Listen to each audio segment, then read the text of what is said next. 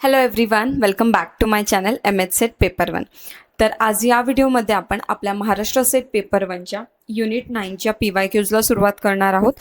वर्ष 2025 पासून ते 2020 पर्यंतचे सर्व PYQज युनिट 9चे आपण या व्हिडिओमध्ये अभ्यासणार आहोत. यापूर्वी मी 2 ते 3 व्हिडिओजमध्ये युनिट 9 पूर्णपणे एक्सप्लेन केलेला आहे. जर तुम्ही चॅनलवर नवीन असाल तर ते व्हिडिओ तुम्ही आधी पाहून घ्या, म्हणजे तुम्हाला PYQज सॉल्व्ह करण्यात हेल्प होईल. सर्व कॉन्सेप्ट्स क्लिअर होतील एक्झामच्या दृष्टिकोनातून, आणि PYQजचा स्टडी करूनच मी टोटली ते थेरी लेक्चर प्रिपेअर केलेले होते आणि ते व्हिडिओज आपल्या चॅनलवर आहेत. चला तर PYQजला आता आपण सुरुवात करू.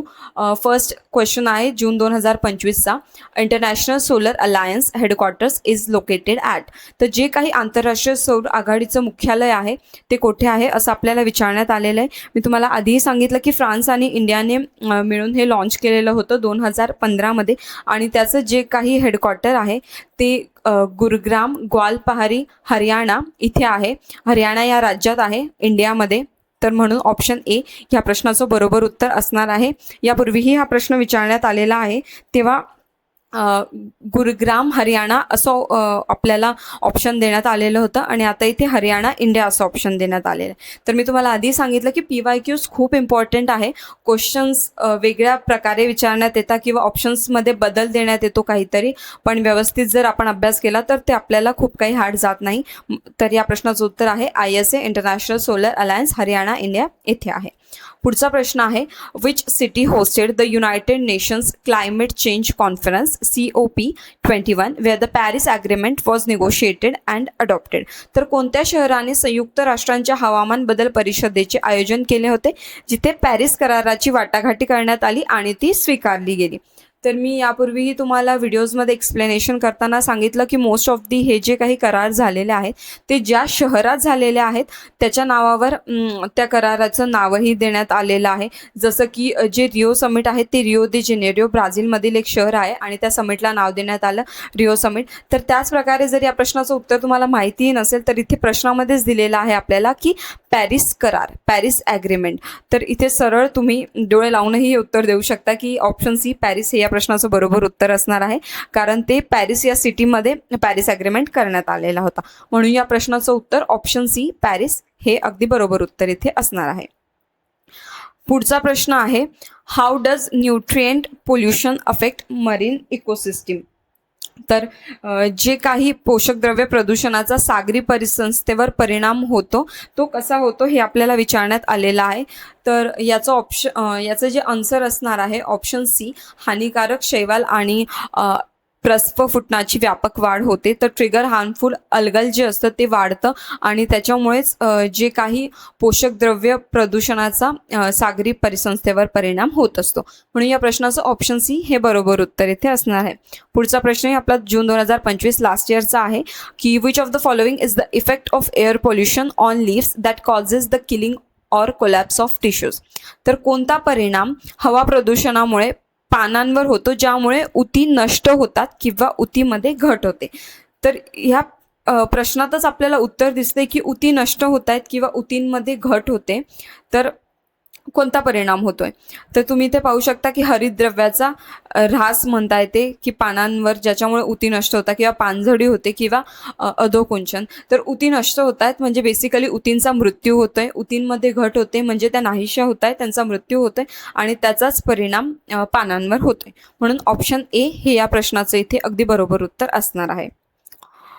तर फ्रेंड्स, आता पुढचा प्रश्न आहे जो 2024चा आहे, एप्रिल 2024चा. पहिला प्रश्न आपण पाहू शकतो, Wien the millennium development goals MDGs adopted by the United nations. तर संयुक्त राष्ट्रांनी जे काही MDGs आहे, मिलेनियम डेव्हलपमेंट गोल्स आहेत, ते कधी स्वीकारले. तर मी हे व्हिडिओजमध्ये एक्सप्लेन करतानाही सांगितलं होतं MDG आणि SDG हा टॉपिक खूप महत्त्वाचा आहे, युनिव्हर्सिटीचा फेवरेट आहे असं म्हटलं तरी चालेल. तर मिलेनियम डेव्हलपमेंट गोल्स आधी होते आणि त्यानंतर SDGs आलेले आहेत. 2000 ते 2030 असं लक्षात ठेवा, मी तुम्हाला सांगितलं होतं. तर 2000मध्ये मिलेनियम डेव्हलपमेंट गोल्स जे आहेत ते अडॉप्ट करण्यात आले आणि 2015पर्यंत ते संपवायचं असं त्याचा उद्देश होता आणि 15ला SDGs आले 2030पर्यंत. याचं मिडल लक्षात ठेवा असंही मी तुम्हाला सांगितलं होतं. म्हणून या प्रश्नाचं बरोबर उत्तर 2000 असणार आहे. तेव्हा अडॉप्ट केले गेलेले होते MDGs युनायटेड नेशन्सपासून. म्हणून ऑप्शन सी हे या प्रश्नाचं अगदी बरोबर उत्तर इथे असणार आहे. पुढचा प्रश्न तुम्ही पाहू शकता. MDG नंतर लगेच आपल्याला SDGवर प्रश्न विचारण्यात आलेला आहे. What is the target year for achieving the SDGs? तर शाश्वत विकास उद्दिष्टे साध्य करण्यासाठी निर्धारित वर्ष कोणतं आहे ते आपल्याला विचारलं. तर इथे लगेच आपल्याला दिसतंय 20, 25, 30, 40. तर मी वरती सांगितल्याप्रमाणेही 2000 पासून 2030 असं लक्षात ठेवा. मी तुम्हाला सांगितलं होतं. तर टार्गेट इयर जे आहे ते 2030 आहे SDGsचं. म्हणून ऑप्शन सी हे या प्रश्नाचं अगदी बरोबर उत्तर इथे असणार आहे.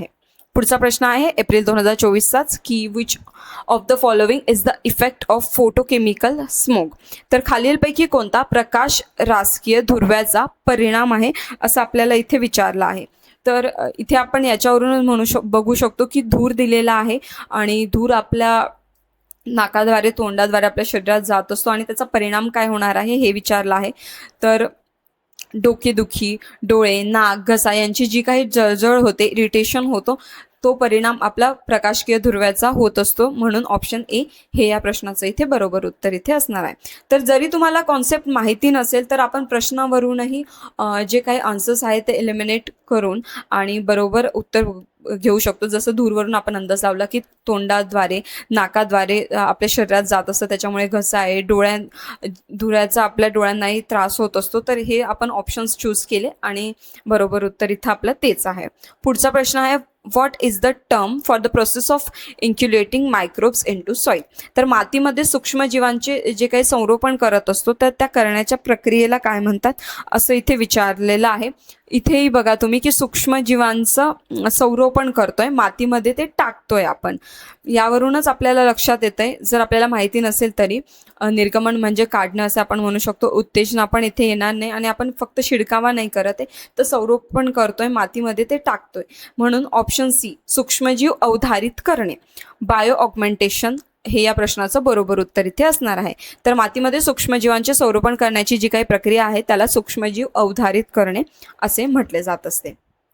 पुढचा प्रश्न आहे एप्रिल 2024चाच which component of solar panel is responsible for directly generating electric current when exposed to sunlight? तर सूर्यप्रकाशाच्या संपर्कात आल्यावर जे काही सौर पटल आहे त्याचा कोणता घटक थेट विद्युत प्रवाह निर्माण करण्यास जबाबदार असतो? तर इन्व्हर्टर इथे येत नाही आणि रिफ्लेक्टर्स पण ते जे काही सौरप्रकाश येणार आहे तो रिफ्लेक्ट करून टाकतील, म्हणून तो पण नाही येणार. कारण इथे आपण काय म्हणतोय की इलेक्ट्रिक जो काही विद्युत प्रवाह आहे तो आपण जनरेट करतोय आणि बॅटरीज पण येणार नाही कारण त्या आतमध्ये असतात, त्या जनरेट नाही करत. म्हणून जे काही सेमीकंडक्टर मटेरियल आहे, अर्धसंवाहक सामग्री आहे, तर ते यूज होत असतं सोलर पॅनल मधून जेव्हा आपण इलेक्ट्रिक करंट जनरेट करत असतो तेव्हा. म्हणून ऑप्शन बी अर्धसंवाहक सामग्री सेमीकंडक्टर मटेरियल हे या प्रश्नाचं बरोबर उत्तर इथे असणार आहे. पुढचा प्रश्न आहे मार्च 2023 मध्ये विचारण्यात आलेला होता. Kyoto protocol is for? तर क्योटो प्रोटोकॉल हा कशाशी संबंधित आहे? तर मी तुम्हाला सांगितलं होतं की व्यवस्थित लक्षात ठेवा, यावर प्रश्न विचारण्यात येतात. तर जे काही ग्लोबल क्लायमेट चेंज झालेलं होतं याच्यावर परिषद भरवण्यात आलेली होती क्योटो या शहरात आणि ती ग्लोबल क्लायमेट चेंज म्हणजेच वैश्विक वातावरण बदल याच्याशी संबंधित होती. म्हणून ऑप्शन डी हे या प्रश्नाचं बरोबर उत्तर इथे असणार आहे. ओझोन प्रोटेक्शनशी जे काही रिलेटेड आहे तो मॉन्ट्रियल प्रोटोकॉल आहे. मी तिथेही तुम्हाला सांगितलं होतं MO लक्षात ठेवा, Montreal protocol related to ozone आहे. वाईल्ड लाईफशी रिलेटेड असा कोणताच ॲक्ट आपल्याला नाही आहे जो आपण पाहिलेला नाही आहे आणि बायोडायव्हर्सिटी कन्झर्वेशनशी रिलेटेड नाही आहे. म्हणून Kyoto protocol is for global climate change. पुढचा प्रश्न आता आपण पाहणार आहोत. Which of the following natural system is used for hot water for domestic purpose? तर घरगुती कारणांसाठी पाणी गरम करण्यासाठी पुढीलपैकी कोणती नैसर्गिक ऊर्जा प्रणाली वापरली जाते? घरगुती विचारलंय आपल्याला. तर ऑप्शन्समध्ये तुम्ही पाहू शकता की जिओथर्मल, तर ही भूऔष्णिक आहे, जमिनीच्या खालून घेतली जाते, तर याचा काही यूज होणार नाही, ही ऑप्शन इथे कट होतो. सोलर डायजेस्टर, सौर शोककत्व, तर याचाही इथं उपयोग होत नाही. आता उरले सोलर थर्मल आणि सोलर फोटोवोल्टिक. तर घरगुती याच्यावर आपण पाणी गरम करण्याचं असं त्यांनी आपल्याला विचारलंय. तर सोलर थर्मल जे आहे ते नॅचरल सिस्टीम आहे डोमेस्टिक हॉट वॉटर करण्यासाठी, म्हणून ऑप्शन ए या प्रश्नाचं बरोबर उत्तर असणार आहे. जे काही सोलर फोटोवोल्टिक आहे PV आहे ते सनलाईट यूज करून इलेक्ट्रिसिटी जनरेट करत असतं आणि जे काही सोलर थर्मल आहे ते हॉट वॉटरसाठी यूज होत असतं. तर याचा फरक व्यवस्थित लक्षात ठेवा, म्हणून ऑप्शन हे ए या प्रश्नाचं इथे बरोबर उत्तर असणार आहे. पुढचा प्रश्न आहे excess growth of aquatic plants in our water bodies is due to. तर आपल्या पाण्यामध्ये जे काही जलीय वनस्पतींची वाढ होत असते तर ती कशामुळे होत असते हे आपल्याला विचारलं आहे. तर ती जी वाढ होत असते ती जेव्हा पाण्यामध्ये नायट्रेट आणि फॉस्फेटचं प्रमाण वाढतं तेव्हा ॲक्वॅटिक प्लांट्सची एक्सेस ग्रोथ ही वाढत असते, म्हणून increase in nitrate and phosphate. तर नायट्रेट व फॉस्फेटमधील वाढ हे या प्रश्नाचं बरोबर उत्तर इथे असणार आहे ऑप्शन सी. पुढचा प्रश्न आहे 2023चा. Which of the following air pollutant is responsible for acid rain. तर मी तुम्हाला व्हिडिओमध्ये एक्सप्लेन करतानाही सांगितलं होतं की यावर प्रश्न विचारला जातो की ॲसिड रेनसाठी कोणते घटक रिस्पॉन्सिबल आहेत. तर सल्फर डायऑक्साईड आणि नायट्रोजन ऑक्साईड्स हे रिस्पॉन्सिबल आहेत. त्यातनं आपल्याला इथे ऑप्शन एमध्ये दिसतंय सल्फर डायऑक्साईड, म्हणून ते या प्रश्नाचं बरोबर उत्तर इथे असणार आहे. ॲसिड रेनसाठी सल्फर डायऑक्साईड आणि नायट्रोजन ऑक्साईड हे रिस्पॉन्सिबल असतात. व्यवस्थितरित्या हे लक्षात ठेवा. पुढचा प्रश्न आहे wet part of municipal solid waste can be put in use as a soil conditioners by using. तर महानगरपालिकेचा किंवा महापालिकेचा जो काही ओला घन कचरा आहे तर कशाचा वापर करून माती सुपीक करता येऊ शकते. हे पण मी एक्सप्लेन करताना सांगितलं आहे की जो काही सॉलिड वेस्ट आहे ते आपण कंपोस्टिंग या प्रोसेसने कंपोस्टिंग ही प्रोसेस यूज करून माती सुपीक करता येऊ शकते, म्हणून ऑप्शन ए या प्रश्नाचं बरोबर उत्तर इथे असणार आहे. कंपोस्टिंग करून आपण खतं तयार करत असतो आणि ते मातीमध्ये मिक्स करून आपल्याला माती सुपीक करता येते. जाळून नाही करू शकत. इन्सिरेशन तर हे बायोमेडिकलसाठी किंवा हजार्डस वेस्टसाठी यूज करतो आणि पायरोलिसिसही इथे यूज होत नाही, म्हणून ऑप्शन ए हे या प्रश्नाचं अगदी बरोबर उत्तर इथे असणार आहे. पुढचा प्रश्न आता आपण पाहणार आहोत जो सप्टेंबर 2021मध्ये विचारण्यात आलेला होता. Presence of E coli in water is an indicator of dash dash contamination. तर पाण्यामध्ये ई कोलाय असणे म्हणजे पाणी ई डॅश डॅश दूषित असल्याचे दर्शक आहे. तर याचं बरोबर उत्तर इथे असणार आहे मलमूत्र सिवेज. तर पाण्यामध्ये जेव्हा इकोलाय असतं त्याचा अर्थ असतो की पाणी जे आहे आपलं मलमूत्रामुळे दूषित झालेलं आहे आणि त्याचा परिणाम म्हणून त्या पाण्यामध्ये इकोलाय आहे, म्हणून ऑप्शन ए हे या प्रश्नाचं अगदी बरोबर उत्तर इथे असणार आहे. पुढचा प्रश्न आहे during day time noise pollution in residential area should not exit. तर नागरी वस्तीसाठी दिवसा ध्वनी तीव्रतेच्या पातळीचे जास्तीत जास्त प्रमाण कोणते आहे असं आपल्याला विचारलं आहे. नागरी वस्ती म्हणजे रेसिडेन्शियल एरिया. तर इथे दिवसा 55 dB. डीबीचा फुलफॉर्म पण लक्षात ठेवा. डेसिबल हा डीबीचा फुलफॉर्म आहे. हा पण विचारण्यात आलेला आहे यापूर्वी. आणि आता आपल्याला विचारलं आहे की नॉईज किती पाहिजे दिवसाला. तर दिवसाला 55 dB पाहिजे, डेसिबल पाहिजे रेसिडेन्शियल एरियामध्ये. आणि तोच जर आपल्याला रात्रीचं विचारलं असतं तर ते आपण 45 सांगितलं असतं. 10 कमी करून टाकायचं कोणतंही विचारले. जसं फॉर एक्झाम्पल आपल्याला जर त्यांनी विचारलं की इंडस्ट्रीयल जो काही एरिया असतो त्याच्यामध्ये डे टाईमला नॉईज पोल्युशनची रेंज किती आहे, तर ती 75 dB 75 डेसिबलच्या पुढे जायला नको. आणि इंडस्ट्रीची पण जर आपल्याला रात्रीची विचारली तर ती आपण म्हणू की 70. ॲक्च्युली इंडस्ट्रीसाठी ती 70 आहे. आणि जर आपण कमर्शियल घेतलं रेसिडेन्शियल घेतलं तर तिथं आपण 10 मायनस करतो. तर रेसिडेन्शियलसाठी दिवसा 55 आणि रात्री 45चे डेसिबलच्या पुढे लिमिट एक्सीड व्हायला नको, म्हणून option B 55 dB for the residential हे या प्रश्नाचं बरोबर उत्तर इथे असणार आहे. नेक्स्ट आहे 2021चाच प्रश्न आहे to regulate and control the transboundary movement of hazardous waste is also known as.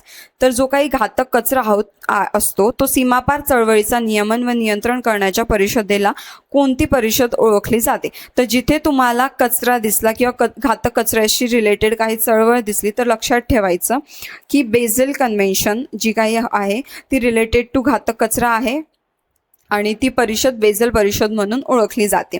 हे जे काही सेकंड ऑप्शन आहे सिटीज, या प्रकारची कोणती परिषद नाही आहे. आणि जी काही रामसार परिषद आहे तीच वेटलँड परिषद म्हणून ओळखले जाते. हे दोघी एकच आहे. रामसार परिषद म्हणा किंवा वेटलँड परिषद म्हणा, ही रिलेटेड टू दलदल, आपल्याला माहिती आहे पाणथळ जागा असते, ओली जमीन असते, त्याच्या रिलेटेड ही परिषद आहे, म्हणून ही इथे येणार नाही. तर लक्षात ठेवा, घातक कचऱ्याशी रिलेटेड जे आहे ते बेझल परिषद आहे. बेझल कन्व्हेन्शन झालेली होती. व्यवस्थित नोट डाऊन करून ठेवा. पुढचा प्रश्न आहे, there are number of acts in India to prevent and control of pollution. One of the following act is known as Comprehensive Umbrella Act. भारतामध्ये प्रदूषण टाळण्यासाठी व नियंत्रित करण्यासाठी असंख्य कायदा आहेत. यापैकी पुढील कायदा बहुव्यापी एकछत्री कायदा म्हणून ओळखला जातो. तर मी तुम्हाला यापूर्वी सांगितलंय छत्री कायदा, अम्ब्रेला ॲक्ट. तर आपण हेच पाहिलं, एन्व्हायरमेंटल प्रोटेक्शन ॲक्ट 1986 आपण पाहिला आहे. तोच छत्री कायदा किंवा अम्ब्रेला ॲक्ट म्हणून ओळखला जातो. म्हणून ऑप्शन सी, पर्यावरण संरक्षण कायदा, हे या प्रश्नाचं अगदी बरोबर उत्तर इथे असणार आहे. 1986 पर्यावरण संरक्षण कायदा 1986, जो आपण व्यवस्थितपणे अभ्यासला आहे. पुढचा प्रश्न आहे, how many goals have been set for sustainable development by UN United Nations to achieve social and economical development. सामाजिक व आर्थिक विकासासाठी युनायटेड नेशन्सने शाश्वत विकासासाठी किती ध्येय ठरवली आहेत? तर मी तुम्हाला सांगितलं होतं एक्सप्लेन करताना आपण की सस्टेनेबल डेव्हलपमेंट गोल्स जर विचारले एसने सुरू होता, जर आपल्याला लक्षात नसतील तर एवढं तर लक्षात ठेवा, MDGs आहेत, SDGs आहेत. MDGs कमी आहेत, 8 आहेत. सस्टेनेबल डेव्हलपमेंट गोल्स 17 आहेत, 17, 7 S, सस्टेनेबल S असं काही लक्षात ठेवा, S17. तर त्याप्रमाणे ऑप्शन बी 17 सस्टेनेबल डेव्हलपमेंट गोल्स आहेत, म्हणून ऑप्शन बी हे या प्रश्नाचं बरोबर उत्तर इथे असणार आहे. पुढचा प्रश्न आपण पाहणार आहोत, जून 2020 मध्ये विचारण्यात आला होता. Which of the following waste is not comes under hazardous waste. तर खालीलपैकी कोणता कचरा हानिकारक प्रकारात समाविष्ट होत नाही? तर हानिकारक होत नाही असं विचारलंय. तर जो काही ॲग्रिकल्चरल रेसिड्यू आहे, शेतीतील जो काही कचरा आहे तो ऑर्गॅनिक असतो, तो काही हानिकारकमध्ये येत नाही. त्याला आपण कंपोस्टिंगद्वारे खतं वगैरे तयार करू शकतो, त्याचा रियूज करू शकतो. पण जे काही केमिकल आहे किंवा बॅटरीज आहेत, पेंट्स आहेत, हे सर्व हानिकारक कचऱ्यामध्ये येतात. म्हणून आपल्याला नाही असं विचारलं आहे, म्हणून ऑप्शन ए, जो काही ॲग्रिकल्चरल रेसिड्यू आहे, शेतातील कचरा आहे, तो येणार नाही. म्हणून ऑप्शन ए या प्रश्नाचं बरोबर उत्तर इथे असणार आहे. एक एक ऑप्शनही मी तुम्हाला एक्सप्लेन करते, कारण तुम्हाला कळेल की आपण एलिमिनेट कसं करतो आणि बरोबर उत्तर कसं फाइंड करत असतो. पुढचा प्रश्न आहे जून 2020चाच आहे. UN conference on environment and development in 1992 was held at. तर सन 1992 मध्ये कोठे संयुक्त राष्ट्रसंघाची पर्यावरण व विकासासंबंधाची परिषद भरवण्यात आलेली होती असं आपल्याला विचारलं आहे. तर 1992 मध्ये जी काही एन्व्हायरमेंट रिलेटेड कॉन्फरन्स झालेली होती ती रिओ दी जेनेरिओ या शहरात झालेली होती, जे ब्राझीलमध्ये आहे, आणि तीच रिओ समिट म्हणून पण ओळखली जाते. हे व्यवस्थित लक्षात ठेवा, रिओ दी जेनेरिओ या शहरात झालेली होती UN कॉन्फरन्स 1992 मध्ये. पुढचा प्रश्न आहे, biomedical waste of human and animal tissues, organs and infected body parts are to be disposed using. तर जो काही मानवी व प्राणी पेशी अवयव व दूषित शरीर अवयव आहे व जैववैद्यकीय कचरा आहे, तर याची विल्हेवाट आपण कशा प्रकारे लावू शकतो? तर मी तुम्हाला एक्सप्लेन करताना पण सांगितलं, कंपोस्टिंग जी आहे ती आपण कचऱ्याची करत असतो. मायक्रोवेव्ह आपण नाही करू शकत. ऑटोक्लेविंग म्हणजे त्याला काहीतरी लेयर आपण नाही चढवू शकत. तर इन्सिनेशन करून, तर इन्सिनेशन म्हणजे बेसिकली काय असतं की हा जो काही कचरा असतो तो एका हाय टेम्परेचरला जाळण्यात येतो आणि तो नाहीसा करण्यात येतो, डिस्पोज करण्यात येतो. म्हणून इन्सिनेशन हे या प्रश्नाचं बरोबर उत्तर इथे असणार आहे. तर बायोमेडिकल वेस्ट वगैरे हे जे आहे, जे ॲनिमल टिश्यूज असतात, ऑर्गन्स असतात, ते आपण एका हाय टेम्परेचरला जाळून ते डिस्पोज करतो. म्हणून इन्सिनेशन ही प्रोसेस आहे. ऑप्शन डी हे या प्रश्नाचं बरोबर उत्तर इथे असणार आहे. पुढचा प्रश्न आहे, लँडस्लाइड्स होत असतात, hazards are common in hilly area. तर डोंगरी भागात जी दरड वगैरे कोसळत असते, हे संकट नेहमीचं असतं. तर हे कशामुळे होतं? तर आपण आता पण न्यूजमध्ये वगैरे पाहत असतो की जो काही हिमाचल, उत्तराखंड असा उंचावरचा भाग आहे, तर तिथे बऱ्यापैकी लँडस्लाइड्स होत असतात. तर त्या कशामुळे होतात? तर जे काही डोंगरचे कडे असतात ते कापण्यात येतात रस्त्यासाठी, मातीचा ऱ्हास होत असतो, वृक्ष पण तोडण्यात येतात किंवा त्यांचा ऱ्हास होतो. तर या सर्व कारणांमुळे लँडस्लाईड होत असते. म्हणून आपण ऑप्शन डी इथे चूज करू. ऑल ऑफ द अबाव हे सर्व कारणं त्याची आहेत, म्हणून ऑप्शन डी हे या प्रश्नाचं बरोबर उत्तर इथे असणार आहे. आणि आता शेवटचा प्रश्न आहे जून 2020चा, की international solar alliance was establish to promote the solar energy. Its headquarters is established at. तर आंतरराष्ट्रीय सौर विभागाचं जे काही महत्त्वाचं केंद्र आहे, हेडक्वार्टर आहे, ते कुठे आहे? तर तुम्ही पाहू शकता हा जून 2020मध्ये विचारण्यात आलेला आहे, हेडक्वार्टर विचारण्यात आलेला आहे. आणि यापूर्वीही आपण हा प्रश्न पाहिला जो जून 2025मध्ये विचारण्यात आलेला होता. सेम प्रश्न आहे, फक्त इथे हरियाणा इंडिया दिलेला आहे ऑप्शनमध्ये. आणि इथे तुम्ही पाहू शकता ऑप्शनमध्ये आपल्याला दिलेला आहे ग्वालपहारी गुरगाव. तर मी तुम्हाला तेव्हाही सांगितलं ग्वालपहारी गुरग्राम हरियाणा राज्य आहे, गुरगाममध्ये ग्वालपहारी हे गाव आहे, तिथे आपलं हेडक्वार्टर आहे. तर व्यवस्थित हे लक्षात ठेवा, हा प्रश्नही रिपीट झालेला आहे, फक्त तिथे त्यांनी राज्य आणि देश दिलेला आहे आणि इथं आपल्याला एक जिल्हा आणि त्यातलं जे गाव आहे जिथे हेडक्वार्टर आहे ते दिलेलं आहे. तर हा डिफरन्सही लक्षात ठेवा आणि ऑप्शन्स व्यवस्थित लक्षात घ्या. तर ग्वालपहारी गुरग्राम इंटरनॅशनल सोलर अलायन्सचं हेडक्वार्टर्स, म्हणून ऑप्शन ए हे या प्रश्नाचं बरोबर उत्तर इथे असणार आहे. तर आय होप तुम्हाला हे सर्व प्रश्न व्यवस्थितरित्या लक्षात आलेले असतील. कशा प्रकारे फिरवून प्रश्न विचारण्यात येतात, ऑप्शन्समध्ये कसा बदल करण्यात येतो हेही लक्षात आलं असेल. तर अभ्यास कसा करावा हे व्यवस्थित समजून घ्या. आणि अजून मी 2015 पासून तर 2019 पर्यंतची PYQजही तुमच्यासाठी घेऊन येणार आहे. खूप सारी प्रॅक्टिस तुमची त्याच्याने होईल आणि एक्झाममध्ये नक्कीच मदत होईल. आणि व्हिडिओ जर आवडला असेल, समजला असेल तर सबस्क्राईब करायला आणि लाईक करायला विसरू नका. आणि तुमच्या फ्रेंड्ससोबत पण शेअर करा जर त्यांना यांचा उपयोग होत असेल तर. थँक्यू.